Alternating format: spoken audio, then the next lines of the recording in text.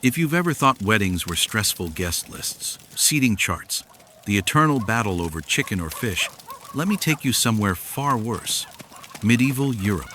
Specifically, a peasant wedding. Forget roses and champagne. Think mud, livestock, and an uncle who's already drunk before the bride arrives. These weren't delicate affairs with engraved invitations. They were loud, chaotic, and smelled faintly of cabbage and manure. Weddings in the Middle Ages were less about lace and romance and more about survival and community obligation. The union wasn't just two people saying, "I do."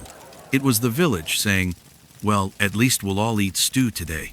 Chickens wandered between the guests, ale flowed like questionable water, and hygiene was a theory more than a practice.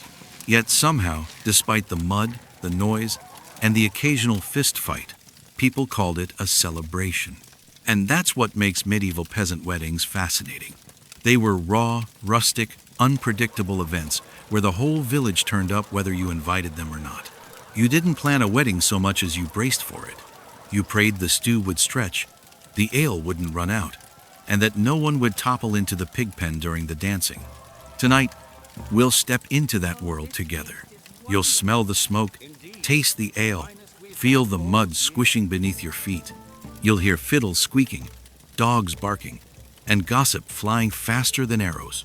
You'll see how love, survival, and community came together in an event that was equal parts feast, festival, and endurance test. So, dim the lights, grab a drink ale if you have it, and settle in. And if you enjoy this little historical detour, remember to like the video, leave a comment, and subscribe. Consider it your wedding gift. No chickens required. Because this isn't a fairy tale wedding. This is a medieval peasant wedding. Muddy, noisy, smelly, and somehow unforgettable. There were no invitations to a medieval peasant wedding. No parchment scrolls with gilt lettering, no wax seals stamped with family crests, no messengers on horseback galloping through villages with elegant announcements. The medieval countryside had only one postal service: gossip. And gossip moved faster than any rider, carried from the well to the market, from the blacksmith's forge to the churchyard, from lips to ears until the entire parish knew exactly who was marrying whom. And more importantly, when the free ale would be available, if you were within walking distance, you were considered invited. If you had two legs, or in some cases even just one leg and a sturdy stick, you came. Relatives arrived, neighbors arrived, and so did people who were technically strangers, but had heard rumors of food. The couple might have hoped for a modest gathering of family and close friends, but hope in a peasant village was a fragile thing. By the time the day arrived, half the parish, several wandering laborers, and at least one suspicious tinker with no apparent ties to anyone in the community were crowded outside the bride's family hut. Guest lists, as you think of them, simply did not exist. Control over who attended was impossible. Weddings were communal affairs, village celebrations that blurred the line between private vow and public festival.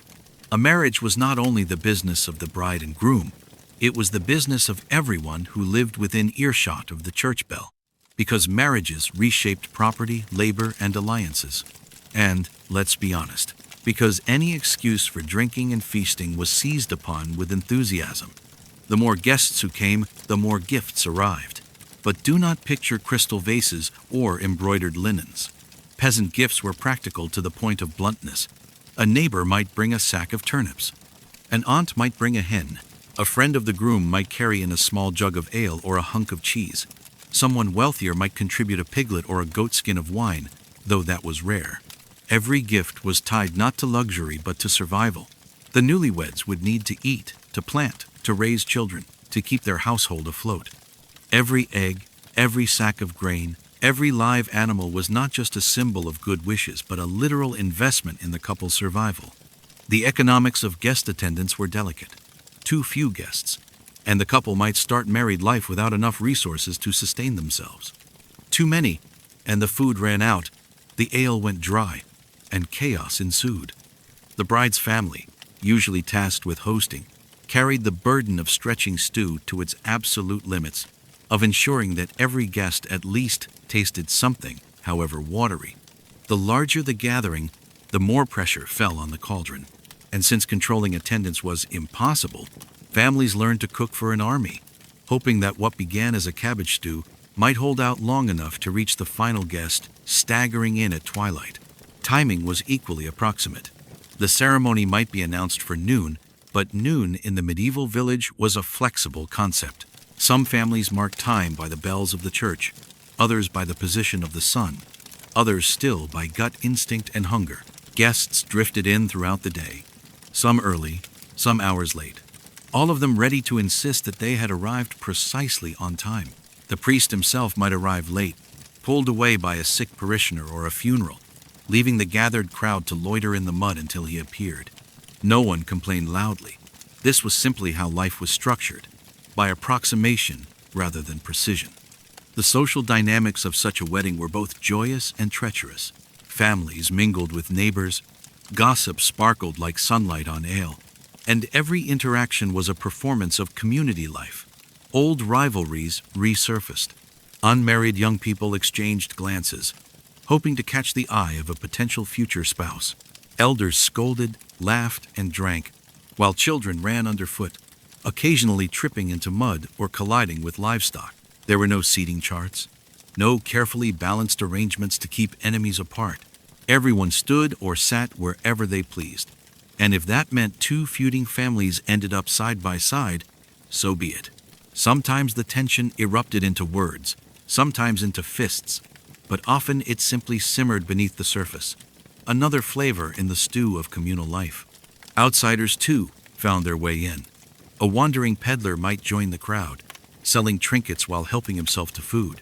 A laborer passing through might linger, half welcome, half suspect, tolerated because he added another voice to the merriment, and perhaps another jug to the ale. Weddings were porous events, open to anyone bold enough to show up and blend into the crowd. For families, this lack of control was frustrating. For the community, it was exhilarating. The boundaries between insiders and outsiders blurred, and for a single day, everyone feasted together. The bride and groom themselves were less the stars of the show and more the excuse for the celebration. They stood at the center, yes, but surrounded by the collective energy of the village, their personal vows absorbed into the communal chaos. Guests debated the quality of the groom's tunic, whispered about the bride's dowry, speculated about whether the marriage would bring prosperity or misfortune. Gossip flowed as freely as ale, shaping reputations and weaving the couple into the fabric of village life. And this, perhaps, was the true function of the peasant wedding, to bind individuals into community, not just in law but in shared memory. Everyone present could later say, "I was there." They could recall who spilled ale on whom, who brought the fattest chicken, who sang off-key, who collapsed into the pigsty. Attendance itself was currency, proof of belonging.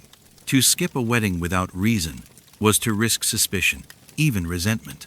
To attend, even uninvited, was to affirm loyalty to the rhythms of village life. Imagine the scene.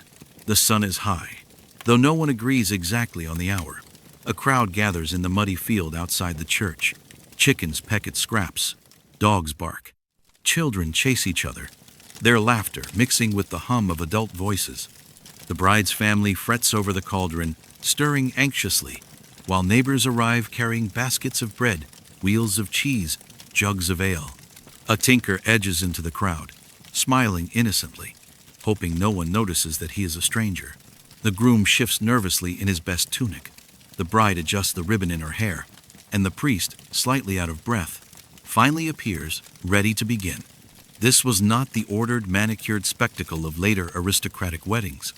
It was messy, noisy, unpredictable, and utterly communal.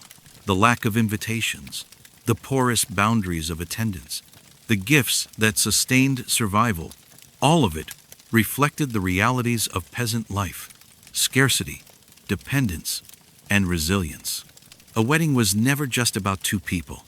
It was about everyone and everything woven together in mud, gossip, and the stubborn joy of celebration. Forget white gowns, tiaras, and tailcoats. A medieval peasant wedding was not a parade of spotless fashion. It was a parade of survival dressed in its Sunday best. Clothing was never about dazzling anyone. It was about showing up in the least tattered garments you owned, hoping they were clean enough to signal respectability but sturdy enough to survive a day of dancing in mud. The bride did not sweep down the aisle in shimmering silk. More often, she trudged through muck in a dress that was brown or gray, sometimes green, occasionally patched, always practical. White fabric was not only rare and expensive but absurd, in a world where pigs wandered freely and rain turned every lane into a bog. Instead, a bride might brighten her look with ribbons dyed if fortune allowed, or faded if not, or with flowers woven into her hair. These small touches were less about vanity than about symbolism, proof that, for one day at least, the world was festive, not merely functional. The groom's contribution to the spectacle was no grander. He wore his best tunic, which might mean it had been washed within the past week. Washing did not imply soap and hot water so much as dunking the garment into a stream or tub, wringing it out, and hoping most of the smell was gone. If his family was slightly better off, the tunic might be dyed, though dye rarely survived many seasons of wear. More often, the groom stood proudly in wool of indeterminate color, boots if he owned them, bare feet if he didn't. A ribbon pinned to his shoulder or a flower tucked into his belt counted as decoration. Children dressed much the same as adults, only smaller and dirtier. Their clothes were practical, stitched from whatever scraps were available. Shoes were rare luxuries, so many ran barefoot, their feet hardened by years of mud and stone.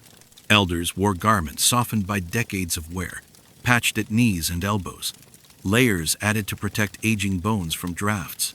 There was no separation between wedding attire and daily attire beyond effort. Everyone wore what they had, perhaps freshly brushed, perhaps newly patched, but always recognizably theirs. Hygiene was relative. Soap, made of animal fat and lye, existed but was scarce and harsh, often reserved for laundry rather than skin. Bathing was seasonal, sometimes tied to festivals or warm months when rivers were inviting. To wash before a wedding often meant splashing water on the face, scrubbing hands, and perhaps rinsing feet. Hair might be combed, though lice and fleas were accepted companions. Odors were tolerated with equanimity. Everyone smelled of sweat, smoke, livestock, and earth. To smell strongly of lavender or rosewater would have been suspicious, even ridiculous. In this world, to be clean was not to be spotless. It was simply to be less dirty than usual. The sensory world of a peasant wedding was therefore not fragrant bouquets or polished leather shoes, but a symphony of smells and textures. Smoke from hearths clung to wool. Sweat seeped into collars. Mud caked hems and toes. The bride's flowers wilted quickly under the heat of her headscarf.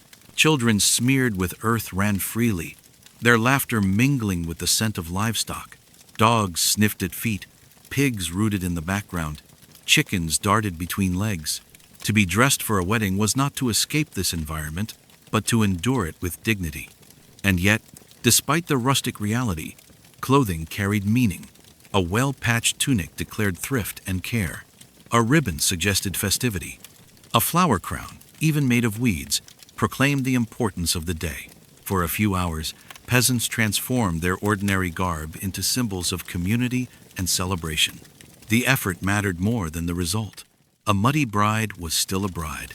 A barefoot groom still a groom. Their attire, however humble, told the village, today is different. Today we honor union, not just labor. Imagine the bride, standing in her brown woolen dress, ribbon at her waist, flowers trembling in her hair.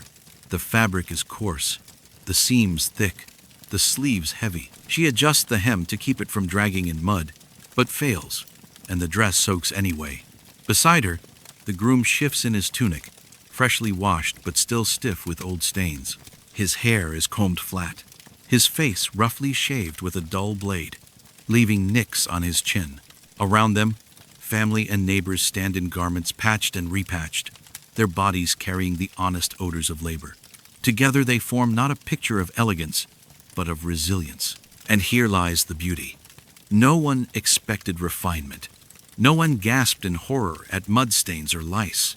No one whispered about odor. The expectations were grounded in reality, in survival. Weddings were not judged by the cut of a gown or the shine of a shoe, but by the strength of the stew, the abundance of ale, and the laughter that filled the night. Clothing and hygiene were not the heart of the event. They were the backdrop, imperfect but honest, against which the true celebration unfolded. If you imagine a medieval peasant wedding venue as a rustic but charming meadow, gently lit by sunshine and framed with wildflowers, adjust your expectations downward, way downward. A wedding among the peasantry was rarely held in anything resembling a curated, special space.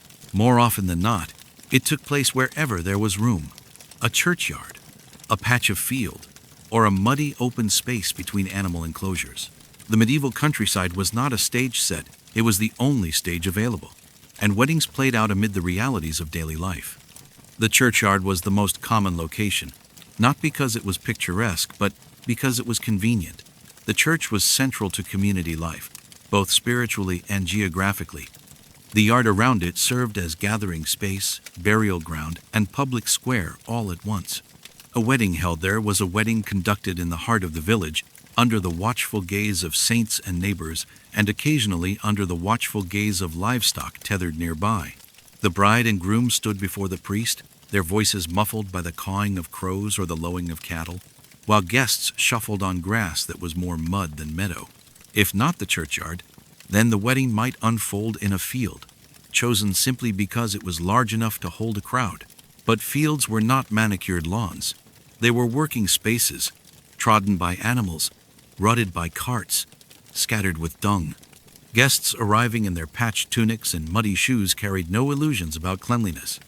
They picked their way through puddles, brushed against hedges, and stood in spaces where the smell of manure was as unavoidable as the sound of buzzing flies. The venue was less backdrop than unavoidable reality, another reminder that life here was lived shoulder to shoulder with the land. Decorations were minimal, and when they appeared, they leaned heavily on improvisation. Flowers were the most common adornment, gathered hastily from nearby hedgerows or meadows, tucked into hair, pinned to tunics, or scattered along the ground. Ribbons, if available, were tied around poles or branches to add a sense of festivity. Occasionally, someone might fashion garlands of greenery or weave wildflowers into crowns for children, but no one expected abundance. A handful of daisies or a sprig of herbs could transform an otherwise drab scene into something recognizably celebratory. The sensory experience was overwhelming. The smell of sweat mingled with the earthy stench of manure and the acrid tang of smoke from nearby hearths. Chickens clucked and pecked at crumbs, dogs barked and chased each other, pigs grunted from their pens. The priest's words were carried on the same breeze that carried the sharp scent of dung. The ground squelched underfoot. Hems of dresses darkened with mud, and guests leaned against walls or perched on stones to keep their feet out of the filth. Weddings were not a retreat from peasant life, but an intensification of it, compressed into a single, noisy day. Seating was a luxury rarely considered. Guests stood, or they sat on whatever was available: rocks, overturned barrels, rough benches, or piles of hay. Children sprawled in the grass, mud-streaked and oblivious. Elders perched carefully, trying not to topple as livestock nosed curiously at their sides. Formal chairs were unthinkable. Comfort was not the priority. Participation was. If your feet ached, you shifted. If your skirt was damp, you shrugged. A wedding was less about sitting gracefully than about enduring together. And then there were the animals. Always the animals. Chickens darted into the crowd, scattering guests with flapping wings. Dogs sniffed at hems and trousers, barking at each other mid-vow. Cows flew loudly from nearby fields, providing their own commentary. A pig might wriggle loose from its pen and trot happily into the celebration, greeted with laughter, shouts, and perhaps the temptation to consider it a gift for the newlyweds. The line between guest and animal was often thin, for both were equally present in the daily lives of peasants. Imagine the moment. The bride, ribbon in her hair, stands beside the groom in his washed but worn tunic. The priest clears his throat, raising his voice above the sound of a cow bellowing nearby. The guests shift on damp ground, some balancing on stones, others ankle-deep in mud. A child tugs at her mother's sleeve, distracted by a chicken darting under the benches. The priest mutters a prayer. A dog barks, and a gust of wind carries the smell of manure through the crowd.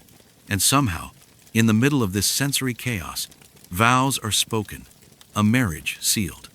If this sounds chaotic, it was, but it was also deeply communal. The venue did not need to be perfect, because the perfection was in the gathering itself. To stand in mud beside your neighbors, to swat flies together, to laugh as a pig interrupted the proceedings. These were the bonds of community, stronger than any gilded altar. The environment was messy, smelly, unpredictable, but it was shared. And in sharing it, the wedding became not just a union of two people, but a union of the entire village in survival and celebration. And that is what a medieval peasant venue was. Not glamorous, not curated, but alive. A churchyard crowded with villagers and livestock. A field echoing with laughter, gossip, and the sound of squelching boots. Decorations made of daisies and ribbon scraps, benches improvised from hay bales, the smell of manure drifting in the breeze.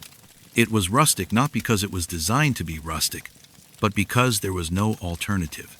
And if you ask the peasants of the time, they might tell you that was enough. Picture the moment when the ceremony finally begins. The crowd has gathered in the churchyard or field, mud squishing beneath boots, chickens pecking distractedly at crumbs, dogs weaving between legs. The bride and groom stand at the center, nervous but composed, their ribbons fluttering faintly in the breeze. And now the priest, often late, often grumpy, and occasionally distracted by more pressing duties like funerals, raises his voice to begin. It is important to remember that for much of the Middle Ages, a wedding was not primarily a spectacle. It was a contract, a legal agreement, a spoken bond, recognized by the community and church. Before the 12th century, a priest was not strictly required. Two people declaring their consent in front of witnesses was often enough to establish a binding marriage. The priest's role grew over time, as the church sought greater control over the sacrament. By the High Middle Ages, it was standard for a priest to oversee the exchange, though the tone remained far more pragmatic than romantic. The vows themselves were simple. No poetry, no dramatic flourishes, no tearful recitations. The groom promised to provide, the bride promised to obey, and both swore fidelity in words plain enough for everyone present to understand. The emphasis was on clarity and legality. Everyone needed to hear and acknowledge that consent had been given, that no one was being forced, at least not openly, and that the union was recognized by the community. Romance, if it existed, was considered a private matter, secondary to the business at hand. Rings, as you know them, were luxuries. Metal was expensive, gold unthinkable. Instead, symbolic tokens might be exchanged.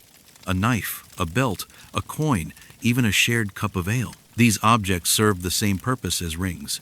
Visible proof that a promise had been made. A bride might carry her new husband's knife at her belt, or he might present her with a practical item like a spindle or a key. These were not gestures of romance, but of practicality, symbols of shared life and labor, not of eternal passion. Witnesses were crucial. A marriage without witnesses was a weak one, easily challenged or disputed later. With half the village present, no one could deny that the vows had been spoken. The presence of the community gave the union its strength.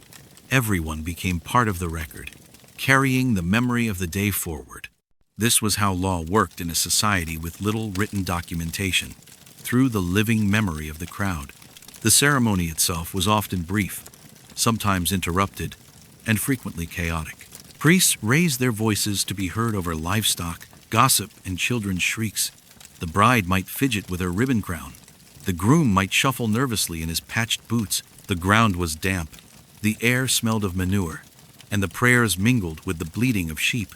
Yet despite the noise and distractions, the moment carried weight. Words spoken here altered the fabric of village life. Two households joined, dowries shifted, obligations realigned. And then came the kiss, or rather, the frequent absence of it. In theory, the sealing of vows with a kiss symbolized union. In practice, hygiene made the prospect less appealing. Mouths rarely meet soap.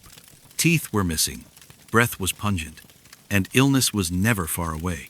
Many weddings skipped the kiss entirely, substituting a clasp of hands or a shared drink.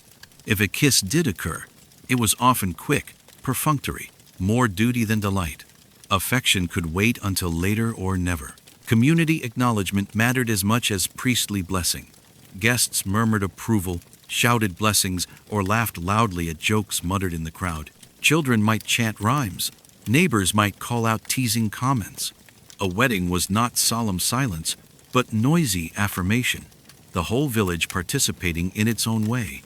The ceremony ended not with applause, but with a general murmur of satisfaction, as though everyone had collectively signed off on the union. What made this moment powerful was not romance, but recognition. The bride and groom stood before their neighbors, their families, their priest, and declared their intent. The village witnessed, the village approved, and the village remembered. This was marriage in the medieval peasant world. Less a private promise, more a public contract. Less about love, more about life. Imagine yourself there. The mud underfoot, the wind tugging at your sleeves. The priest booming words you can only half hear over the squawking of chickens. The bride nods solemnly. The groom stammers his consent. A knife changes hands, or a coin, or perhaps nothing more than clasped palms. The crowd nods, the priest mutters a final blessing, and the union is done. No choirs, no strings, no dramatic pauses, just a few words, a few tokens, and the weight of the village bearing witness. This simplicity did not lessen the importance. If anything, it heightened it. Life in the Middle Ages was practical, harsh, uncertain. A wedding reflected that reality. No frills, no fantasies, no scripted romance. Just the essential. Two people agreeing to face survival together, with the community around them to enforce, remember, and support the bond. And though the vows were simple, their impact was profound. If the vows bound the couple in law and community, it was the feast that bound the entire village in spirit. A medieval peasant wedding without food was unthinkable, though the quality of that food depended entirely on the resources of the families and the generosity of the guests. It was not a matter of menus, courses, or delicate presentation.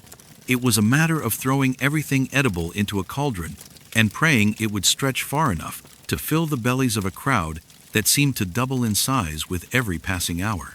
The centerpiece of the wedding feast was the stew. Always the stew. A vast iron cauldron bubbled over a fire, into which went cabbage, leeks, onions, turnips, carrots, beans, and whatever else the season allowed. Grain thickened it barley or oats, usually making it heartier, if not exactly luxurious. Meat was rare but celebrated, a chicken perhaps, or a rabbit, occasionally a pig if the family was fortunate, or a neighbor unusually generous. Bones were tossed in for flavor, fat for richness. The result was less culinary artistry than survival cuisine, but after a long day in the mud and smoke, a bowl of hot stew felt like a banquet fit for kings. There were no individual plates or silver cutlery. Food was served in shared wooden bowls, often passed around among small groups. Spoons might be communal, or in their absence, hands sufficed. Bread, coarse and dark, was torn into hunks and dipped into the steaming broth. Children slurped noisily, adults elbowed for better portions, and no one complained too loudly about the occasional pebble or bit of grit in the mix. A wedding feast was about abundance, not refinement. The cauldron symbolized community. Everything shared, everything eaten together, nothing wasted. Seating arrangements were equally informal. Guests perched on hay bales, rocks, overturned barrels, or simply squatted on the ground, balancing bowls in their lap. Elders were given preference, seated on the few available benches, while children darted in and out, snatching bites and laughing with mouths full. Dogs hovered hopefully at the edges, waiting for scraps, while chickens boldly pecked at crumbs. The line between guest and scavenger blurred. Everyone present, human or animal, partook in the celebration one way or another. And then there was the ale, more important than the stew, more beloved than the bread. Ale was the heartbeat of the feast. Water was unreliable, often contaminated by the very cesspits and streams that ran through the village, so ale, brewed weak but steady, was the safe drink. Brewed by households throughout the community, it came in jugs, skins, and buckets, poured into wooden mugs or shared cups. Its frothy bitterness washed down the stew, loosened tongues, and encouraged laughter. By the time the sun dipped low, The ale had transformed the crowd from solemn witnesses of vows into raucous revelers. Ale was more than a drink. It was social glue. It made strangers into friends, softened rivalries, and fueled the gossip that flowed as freely as the brew itself. It was liquid courage for shy glances and whispered flirtations, consolation for those who had been rejected, inspiration for the bold to leap into dances or challenges. It was also, occasionally, the spark for fights, minor brawls breaking out over spilled cups, bruised egos, or simply too much enthusiasm. But even these scuffles became part of the merriment, laughed about later as proof of a good celebration. The gifts that accompanied the feast reflected the same practicality. Guests did not bring ornaments or luxuries. They brought survival: a basket of eggs, a wheel of cheese, a live chicken, a sack of grain, a jug of ale. These were the treasures placed at the feet of the newlyweds. Each item was a promise that the couple would eat, that their household would endure, that they would not be left unsupported in the lean months to come. In a world where famine was a constant threat, a wedding was as much about communal insurance as about romance. These gifts often went straight into the cauldron or onto the table. A neighbor's contribution of beans bulked out the stew. A guest's cheese was sliced and shared. A jug of ale was poured and passed around. The act of giving was not merely symbolic, it was immediate, tangible, sustaining. The feast itself was the product of community generosity, a meal woven together from dozens of hands and households. The atmosphere of the feast was raucous, earthy, and entirely unpretentious. The air filled with steam from the stew, smoke from the fire, laughter from the guests, and the unmistakable smell of animals hovering near the edges. Children squealed as they chased each other. Mugs sloshed as adults toasted loudly, and the groom's best tunic inevitably ended up splattered with broth before the night was done. There was no etiquette, no choreographed speeches, no delicate clinking of glasses. There was only the sound of spoons scraping bowls, mugs slamming against tables, and voices raised in drunken cheer. Imagine yourself in the middle of it. You sit on a rough bench, bowl of stew in your hands, steam rising into your face. The broth is thick with cabbage, studded with leeks, flavored faintly by a scrap of pork bone. It is salty, smoky, and nourishing. You tear a piece of bread, dunk it into the stew, and chew as the warmth spreads through your body. A neighbor slaps you on the back, nearly spilling your food, and presses a mug of ale into your free hand. You drink, foam frothing on your lips, as laughter erupts around you. A child tugs at your sleeve, demanding bread. A dog noses at your foot, hopeful for scraps. The groom's uncle shouts a joke so bawdy it makes even the priest choke on his stew. This is not refinement. This is a survival-turned-celebration, and for all its roughness, there is joy in it. The stew may be plain, but it is plentiful. The ale may be weak, but it is endless. The gifts may be humble, but they are essential. The guests may be muddy, smelly, and half-drunk, but they are united.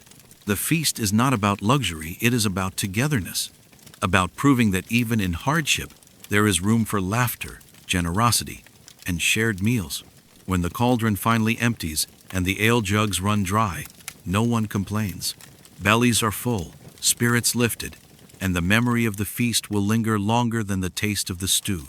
For peasants who lived much of their lives scraping by, the abundance of a wedding meal was a rare luxury, a reminder that survival could be joyful when shared. A peasant wedding feast was never elegant. It was never refined, but it was alive, steaming, noisy, messy, and utterly communal. And in that messiness lay its meaning. If the vows made the marriage and the feast filled the bellies, it was the music and dancing that made the wedding feel like a celebration instead of just a very well-attended lunch. Entertainment at a medieval peasant wedding was not orchestrated, rehearsed, or polished. It was noisy, improvised, messy, and sometimes half-accidental. Volume, not skill, was the goal. The louder it was, the more it drowned out the barking dogs, crying children, and bickering in-laws. The music came from whatever instruments the village could muster. A fiddle with 3 strings was better than no fiddle at all. Flutes carved from hollow reeds whistled unevenly, squeaking when players ran out of breath. Drums were often just overturned barrels struck with sticks, their hollow boom carrying through the crowd. If no proper instruments could be found, people clapped, whistled, stomped their feet, or banged on pots and pans. Anything that made a sound was fair game. A skilled musician was a treasure, but even an unskilled one could keep spirits high if they played with enthusiasm. Melody was optional. Rhythm, preferably fast, was enough. The fiddler screeched out a tune, the flutist joined half a beat late, the drummer banged without mercy, and the crowd erupted in cheers. Children shrieked in delight. Adults stamped their feet in time or roughly in time, and the music became less a performance and more a communal roar. To dance, you didn't need a perfect tune. You needed noise, energy, and ale, and those were always in abundance. Dancing was not choreographed or refined. There were no carefully practiced steps, no graceful waltzes or elegant court dances. There was only movement, stomping, jumping, twirling and flailing with joyful abandon. People danced barefoot, their feet slapping against mud and grass, skirts swishing, tunics flapping. Partners were chosen spontaneously, a neighbor, a cousin, a stranger who happened to be nearby. Sometimes dances dissolved into circles, with everyone stamping and clapping together, arms linked, voices raised in laughter. Other times, couples spun wildly until they toppled over, landing in the mud to the roaring approval of onlookers. Children darted among the dancers, copying movements or inventing their own. A toddler might waddle into the middle of the crowd, clapping in time, before being scooped up by a laughing sibling. Older children formed their own groups, stomping in circles, their squeals blending with the music. The line between audience and participant didn't exist. If you had legs, you danced. If you didn't, you clapped or shouted encouragement. Chaos was inevitable. The combination of ale, excitement, and uneven ground made accidents frequent. Someone tripped over a dog, sending both sprawling. A dancer spun too quickly and collided with a neighbor, knocking bowls from laps. A drunken uncle attempted a leap and landed flat on his back, greeted with cheers rather than concern. These mishaps were not interruptions but highlights. Each tumble, each muddy splash, each shouted apology became part of the story, retold for weeks after. And then there were the animals, always determined to participate. A goat might wander into the circle of dancers, bleating indignantly as people swerved around it. Chickens, attracted by crumbs, darted between stamping feet, flapping in outrage when inevitably stepped on. Dogs barked and chased after skirts, thinking the whole affair was a game designed for them. Occasionally, a pig broke free from its pen and trotted proudly through the festivities, grunting to the rhythm of the drums. No amount of planning could stop them. Animals were as many guests at the wedding as humans, and sometimes better dancers. Games emerged as the night deepened. Arm wrestling contests sprawled across benches, with spectators cheering and jeering. Wrestling matches broke out in the mud, half serious, half playful, ending with both competitors drenched and laughing. Riddles were shouted across the firelight, with clever wordplay earning mugs of ale as prizes. Some guests juggled apples or stones. Others balanced precariously on barrels to the delight of the crowd. Entertainment required no stage, no script, only willingness to make a fool of oneself in front of neighbors. The ale, of course, fueled everything. Each mug loosened limbs, quickened laughter, and made the fiddler's screech sound like sweet music.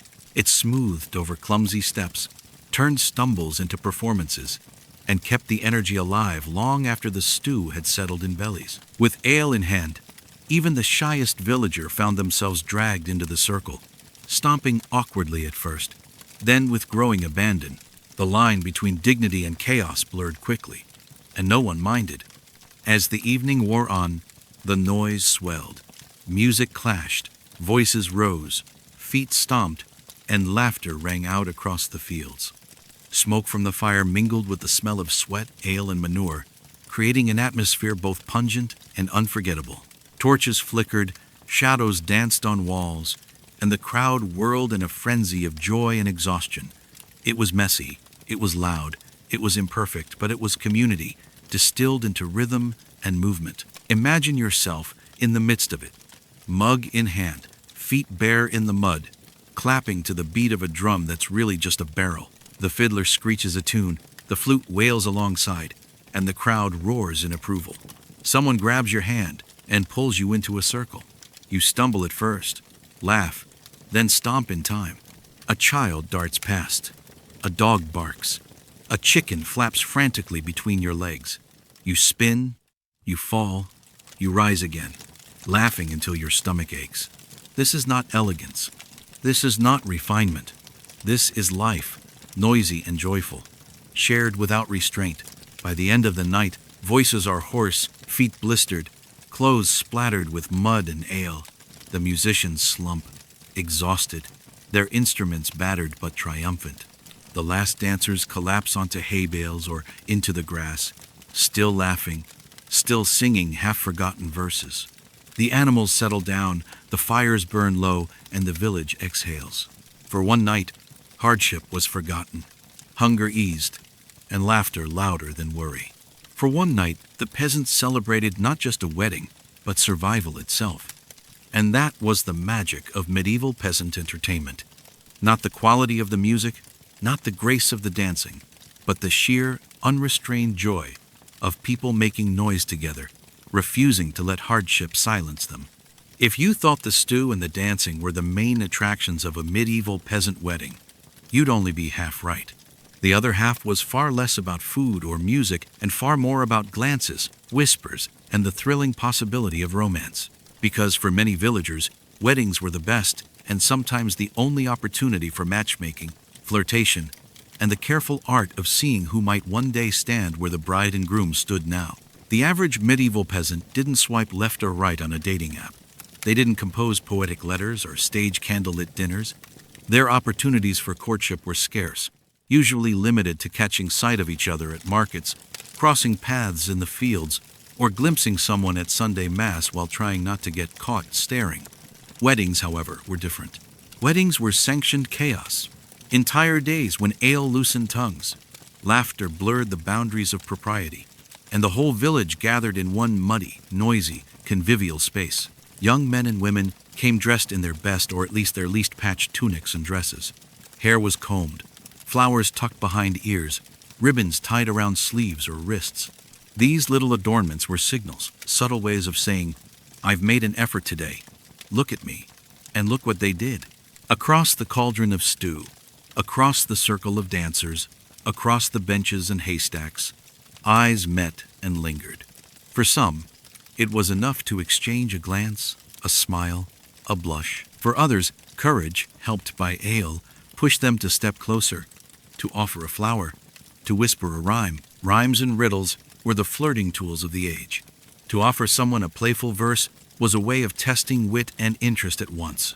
If the recipient laughed, replied in kind, or blushed, hope blossomed. If they rolled their eyes or turned away, the message was equally clear. Flowers were another staple. A wildflower plucked from the ground, a sprig of herbs tucked into a ribbon, a daisy crown offered with a grin. These gestures were simple but meaningful, and they carried far more weight than polished words. Of course, not all flirtation was gentle. Some of it was loud, clumsy, and fueled by too much ale. A young man might boast loudly of his strength, lifting a barrel to impress onlookers. A girl might laugh with her friends at his red face when the barrel slipped. Friendly wrestling matches or mock duels doubled as displays of fitness, each tumble in the mud accompanied by shouts of encouragement or teasing.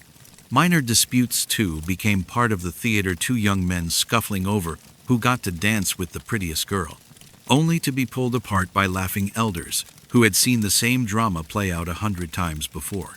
The beauty of these interactions was that they happened in plain sight of the entire community. Nothing at a peasant wedding was private. Children ran between couples mid-conversation. Dogs barked at nervous suitors, and elders watched everything with the knowing eyes of people who had lived long enough to spot chemistry at 20 paces. Gossip flowed as freely as ale, with a glance here or a laugh there sparking whispers among neighbors. Did you see how he looked at her? Aye, and did you see how she didn't look away? By the next morning, entire relationships might have been invented in the minds of eager onlookers, regardless of what actually transpired. Children, too, played their part in this grand social theater. They mimicked adults, offering each other flowers, joining in mock ceremonies, giggling as they played bride and groom. Their antics reminded everyone of the cycle of life. Today's children were tomorrow's suitors, tomorrow's brides and grooms. Their laughter softened the edges of the adult flirtations, making the whole event feel like a festival of life rather than merely a legal contract. For adults, weddings were practical opportunities to secure alliances, strengthen bonds between families, or simply confirm that two young people seemed compatible enough to share a hut, some land, and a few goats. Parents watched carefully, noting who danced with whom, who offered gifts, who blushed at whose jokes. Matchmaking was not just the business of the young, it was the business of the whole community. And while love was not the central concern, affection was not dismissed either. A smile, a touch, a shared joke, these small acts carried hope, and sometimes they grew into lasting unions. Ale, as always, played its part. With each mug, tongues loosened, inhibitions softened, and glances turned into conversations. Some of these conversations ended in laughter and fond memories. Others ended in awkward silences and quick retreats. And some ended in promises whispered in the dark, behind haystacks or near the edges of fields. Weddings were, after all, one of the few socially sanctioned times when boundaries blurred enough to allow for possibility. The social dynamics of a wedding did not end with flirtation. They reinforced the bonds of the community itself. Friends laughed together, neighbors forgave grudges, and rivals found common ground over shared stew. To see a young couple begin their life together was to remind everyone of the continuity of survival, of the resilience of the village itself. Each flirtation, each whispered promise, each playful fight was part of that greater tapestry.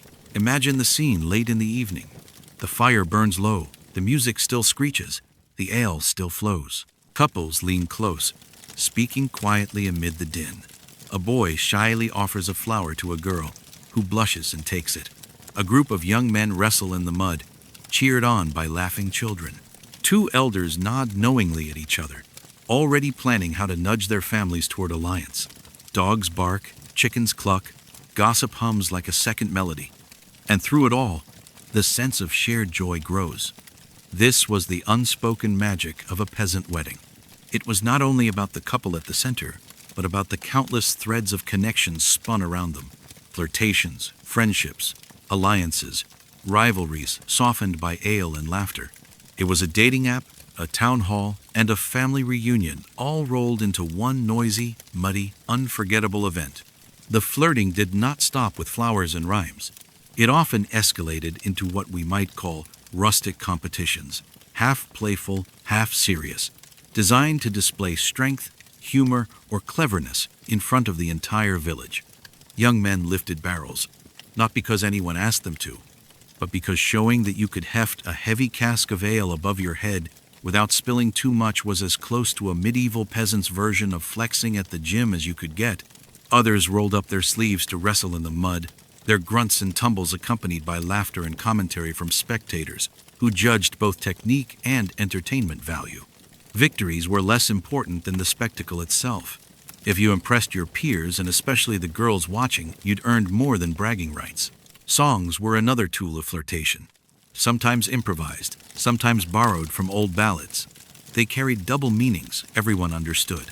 A young man might strum a lute, or simply bellow a verse about the beauty of the milkmaid, or the strength of a plowman's arm, while his friends chimed in noisily, each trying to outdo the other. The girl in question might blush, scold, or laugh, depending on her interest. If she sang back teasing him about his muddy boots or crooked teeth, it was as good as an invitation to dance. Elders, too, joined the fun, though in a different role. They were the unofficial matchmakers, watching from benches or hay bales with narrowed eyes and knowing smiles. A mother might whisper to her neighbor, "He looks strong enough to handle her father's fields." A father might nod approvingly if a boy helped his daughter fetch water or offered her the better seat near the fire. These observations mattered. Courtship in a village was not just about attraction. It was about practicality, about the merging of labor, land, and livestock. Weddings were opportunities for elders to measure potential alliances, to quietly encourage unions that would strengthen families and fields alike. Still, romance had its accidents, and those accidents often became legend. A boy carrying too many mugs of ale tripped, spilling half of them onto the lap of a girl. Embarrassment turned to laughter, and sometimes to courtship. A girl tugged into a dance might stumble, collide with her partner, and find herself blushing against his chest while the crowd whooped. Even spilled stew or a chicken running amok could provide an excuse for conversation, a joke, a shared moment of levity.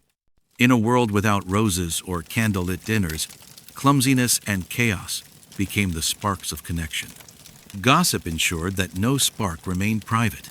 If two young people disappeared behind a barn for a moment too long, whispers flew instantly. If a boy walked a girl home at the end of the feast, speculation began before they reached her door. The village acted as its own tabloid, spinning stories from half-glances and unfinished sentences. Some couples found this suffocating. Others leaned into it, using the community's curiosity as cover for real interest. After all, if the whole village already thought you were courting, why not let it become true? Not all courtship was between the young. Widows and widowers, too, found opportunity at weddings. A woman who had lost her husband might be teased gently if she laughed too freely with a neighbor.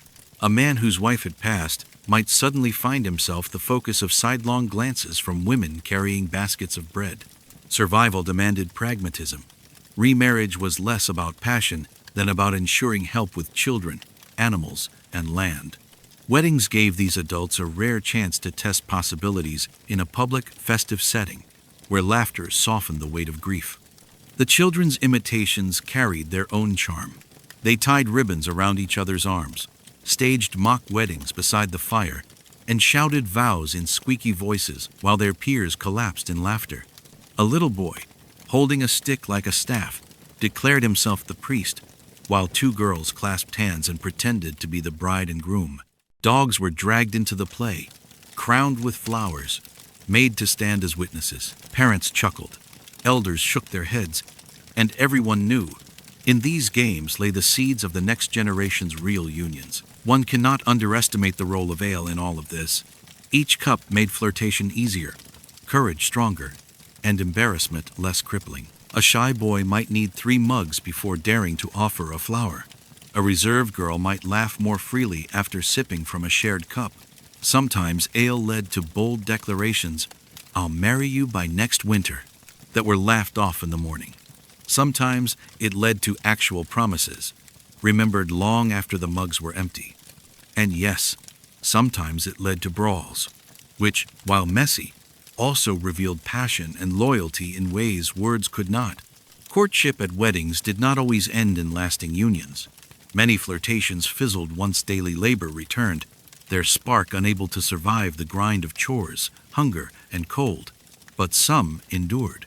A flower offered at a wedding might lead to meetings at the well. A song exchanged in jest might evolve into shared laughter at the market. A glance across a muddy field might echo long after the ribbons had fallen from the bride's hair. Weddings were not just moments of celebration, they were incubators of possibility, planting seeds that sometimes grew into families, households, futures. And through it all, the community watched, remembered, and recorded gossip. When two people eventually wed, villagers would recall, I saw them dance together first at so-and-so's feast. These memories became part of communal lore, proof that love, or at least practicality wrapped in laughter, had been witnessed and blessed long before the vows. The morning after a medieval peasant wedding was never quiet, never clean, and rarely dignified. Forget the modern honeymoon, with its rose petals and hotel rooms. The medieval version of after looked more like sore heads, trampled churchyards, and an entire village slowly dragging itself back to reality while pretending that yesterday's chaos had been perfectly respectable. For the bride and groom, privacy was a flexible concept. Most peasant homes had 1 or 2 rooms at best, with beds shared by siblings, parents, or even grandparents. Newlyweds might retreat to a corner curtained with a sheet, to a hayloft above the animals, or, if fortune smiled, to a neighbor's spare bed. Locks were rare, doors flimsy, and privacy more courtesy than guarantee. Children whispered and giggled, neighbors speculated loudly, and the couple themselves often felt more embarrassed than romantic. Yet even this awkward improvisation carried weight. It signaled that the marriage was now real, consummation or not, and that 2 households had officially merged. Meanwhile, the rest of the village staggered awake. Hangovers were common, though not quite the devastating kind we imagine today. The ale was weak compared to modern brews, but drunk in large quantities it left bellies bloated, heads pounding, and tempers frayed. Some men groaned in corners, clutching their stomachs. Others plunged their faces into cold water troughs, shocking themselves awake. Women, often more practical, began tidying, gathering children, and muttering darkly about the foolishness of men. The churchyard, or field where the celebration had taken place, bore the scars of revelry. Trampled grass lay flat. The mud churned into deep ruts by stomping feet. Half-burned torches smoldered in the dirt, broken jugs and cracked bowls littered the ground. A shoe, just one, might sit abandoned in the mud, its owner long gone or still asleep in a ditch. Ribbons fluttered sadly from hedges.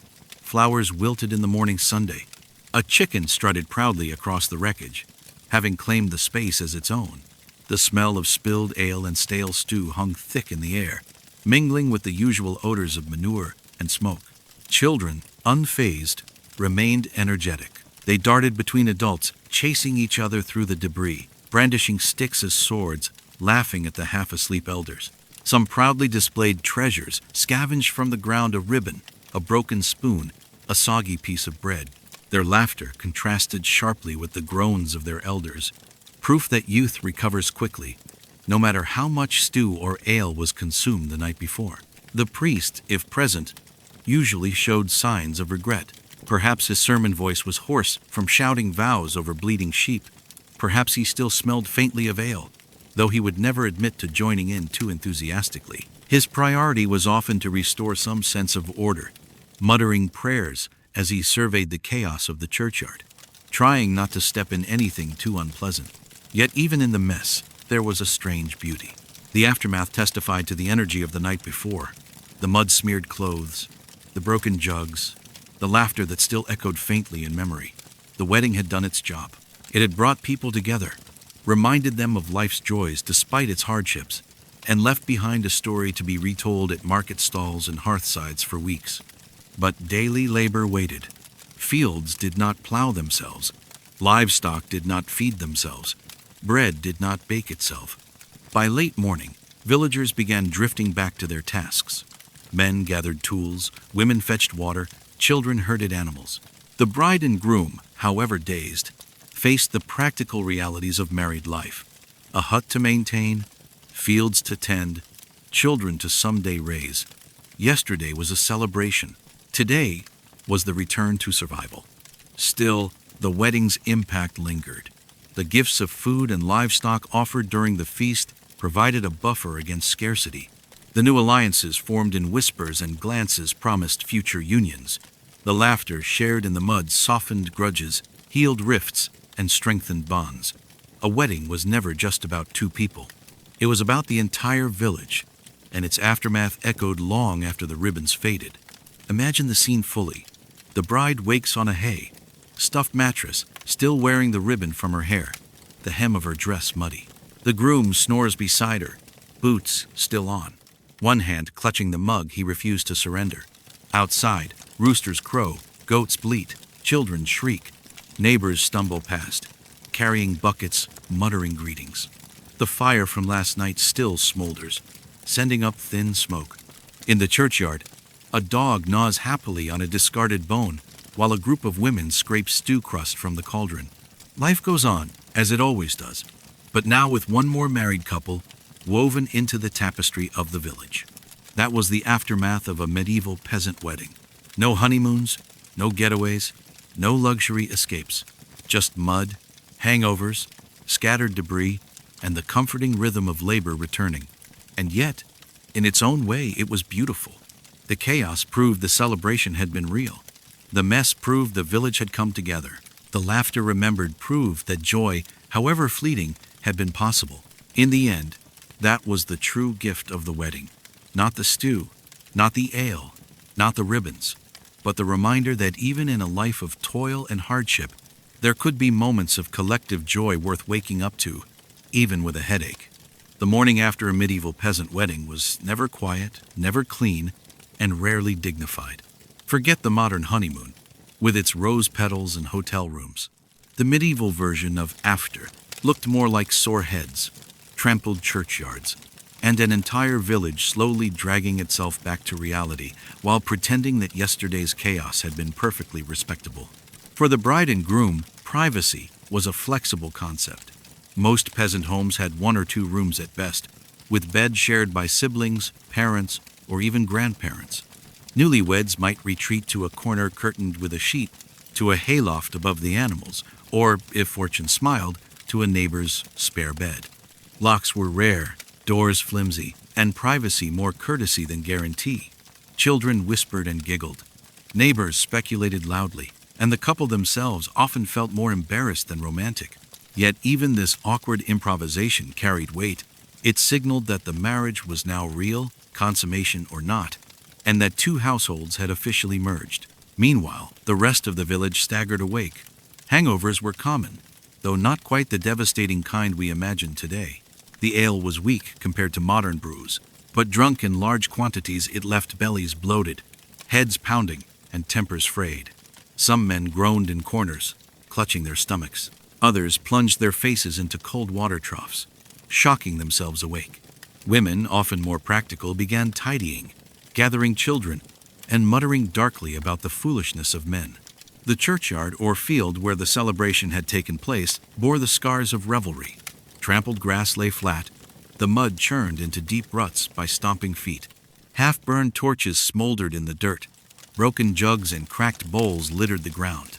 A shoe just one might sit abandoned in the mud, its owner long gone or still asleep in a ditch. Ribbons fluttered sadly from hedges. Flowers wilted in the morning sunday. A chicken strutted proudly across the wreckage, having claimed the space as its own. The smell of spilled ale and stale stew hung thick in the air, mingling with the usual odors of manure and smoke. Children, unfazed, remained energetic. They darted between adults, chasing each other through the debris, brandishing sticks as swords, laughing at the half-asleep elders. Some proudly displayed treasures, scavenged from the ground a ribbon, a broken spoon, a soggy piece of bread. Their laughter contrasted sharply with the groans of their elders, proof that youth recovers quickly, no matter how much stew or ale was consumed the night before. The priest, if present, usually showed signs of regret. Perhaps his sermon voice was hoarse from shouting vows over bleeding sheep. Perhaps he still smelled faintly of ale, though he would never admit to joining in too enthusiastically. His priority was often to restore some sense of order, muttering prayers as he surveyed the chaos of the churchyard, trying not to step in anything too unpleasant. Yet even in the mess, there was a strange beauty. The aftermath testified to the energy of the night before, the mud-smeared clothes, the broken jugs, the laughter that still echoed faintly in memory. The wedding had done its job. It had brought people together, reminded them of life's joys despite its hardships, and left behind a story to be retold at market stalls and hearthsides for weeks. But daily labor waited. Fields did not plow themselves, livestock did not feed themselves, bread did not bake itself. By late morning, villagers began drifting back to their tasks. Men gathered tools, women fetched water, children herded animals. The bride and groom, however dazed, faced the practical realities of married life. A hut to maintain, fields to tend, children to someday raise. Yesterday was a celebration. Today was the return to survival. Still, the wedding's impact lingered. The gifts of food and livestock offered during the feast provided a buffer against scarcity. The new alliances formed in whispers and glances promised future unions. The laughter shared in the mud-softened grudges healed rifts and strengthened bonds. A wedding was never just about 2 people. It was about the entire village, and its aftermath echoed long after the ribbons faded. Imagine the scene fully. The bride wakes on a hay, stuffed mattress, still wearing the ribbon from her hair, the hem of her dress muddy. The groom snores beside her, boots still on, one hand clutching the mug he refused to surrender. Outside, roosters crow, goats bleat, children shriek. Neighbors stumble past, carrying buckets, muttering greetings. The fire from last night still smolders, sending up thin smoke. In the churchyard, a dog gnaws happily on a discarded bone, while a group of women scrape stew crust from the cauldron. Life goes on, as it always does, but now with one more married couple woven into the tapestry of the village. That was the aftermath of a medieval peasant wedding. No honeymoons, no getaways, no luxury escapes. Just mud, hangovers, scattered debris, and the comforting rhythm of labor returning. And yet, in its own way, it was beautiful. The chaos proved the celebration had been real. The mess proved the village had come together. The laughter remembered proved that joy, however fleeting, had been possible. In the end, that was the true gift of the wedding. Not the stew, not the ale, not the ribbons, but the reminder that even in a life of toil and hardship, there could be moments of collective joy worth waking up to, even with a headache. So here we are, the feast gone cold, the ribbons wilted, the last mug of ale long since drained. The wedding has ended, but its echoes linger. To step back and look at a medieval peasant wedding in its entirety is to see not a fairy tale, not a romance, but a living portrait of a community stitched together by mud, sweat, and laughter. Messy? Always. Shoes lost in the mire, stew spilled in laps, goats barging through solemn vows. Yet in the very mess was its joy.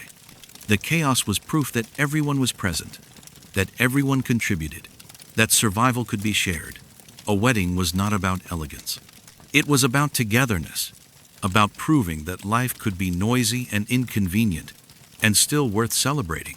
Every detail reflected the realities of medieval existence. Clothing was patched, practical, occasionally brightened with flowers. Venues were not chosen for charm, but for space fields, churchyards, whatever spot could hold a crowd and tolerate manure. Food was stew stretched thin, ale brewed weak, gifts humble but life-saving, eggs, grain, a chicken, a wheel of cheese. Entertainment was fiddles, squeaking, barrels beaten like drums, dancing that ended with someone flat in the mud. Courtship unfolded in glances, whispered rhymes, clumsy tumbles. And when morning came, the aftermath looked like survival in miniature. Chores resumed, gossip flew, children reenacted vows with dogs dressed in daisies. In all this, we glimpsed the social, economic, and cultural fabric of peasant life. Resource scarcity was ever present, hence the communal cauldron, the practical gifts, the patched garments. Shared labor was visible everywhere, neighbors carrying firewood, women stirring stew, men fetching ale. Even in joy, survival was collective, and survival itself was the greatest achievement. Every wedding was a victory over hunger, over cold, over the daily grind that so often left little room for laughter. Luxury was absent, but joy was not.